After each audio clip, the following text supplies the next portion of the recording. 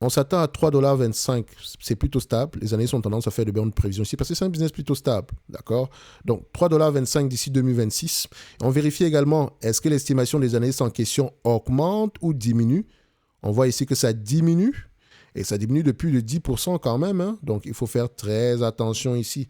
Donc, encore une fois, ça peut également avoir tendance à augmenter. Le plus important maintenant, c'est de voir pourquoi est-ce que les analystes sont de plus en plus optimistes. D'accord? Et par rapport à cet optimisme-là, pourquoi sur les derniers mois ici, cet optimisme-là est de moins en moins, voilà, enfin, il est de moins en moins, il se répercute de moins en moins sur les chiffres à venir. D'accord? C'est intéressant d'aller voir. Peut-être ici, le marché final est en ralentissement, etc. Donc, il faut faire attention. Déjà, le plus important ici, comme d'habitude, hein, c'est toujours de regarder si le business, les bénéfices nets qu'elle a eu tendance à produire les années précédentes, est-ce qu'elle peut avoir tendance à refaire la même chose sur les années à venir? Oui. On a plutôt une pente ici. OK? On n'a pas de zigzag bizarre ici. Donc, c'est correct. Donc, moi, déjà, en achetant aujourd'hui, je veux déjà qu'elle me verse mon 3 $ par an. Et si c'est 3 $ par an, on paie à 32 $ l'action. Donc, c'est plutôt safe.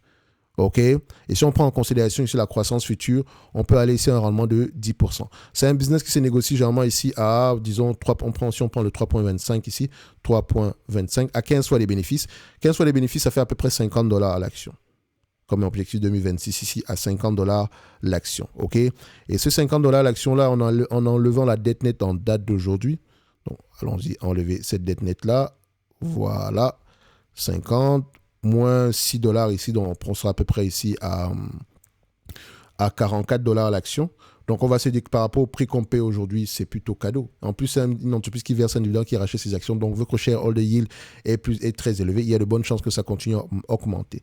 Donc, assez intéressant à voir en portefeuille, enfin, à creuser en date d'aujourd'hui pour Inter Public Group. Et je ne suis vraiment pas étonné pour cette compagnie qu'elle soit sous-évaluée parce que c'est tout le secteur qui est sous-évalué.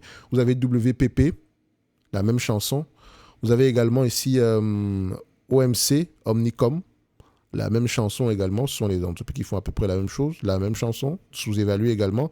Vous avez la seule entreprise qui a réussi à s'apprécier sur les dernières années, je pense que c'est Publicis. On va vérifier. Bon, également, c'est la même chanson. Hein. Elle est encore en dessous de 15 fois les bénéfices. Donc, on peut se dire ici que les autres vont avoir tendance à suivre dans quelques mois.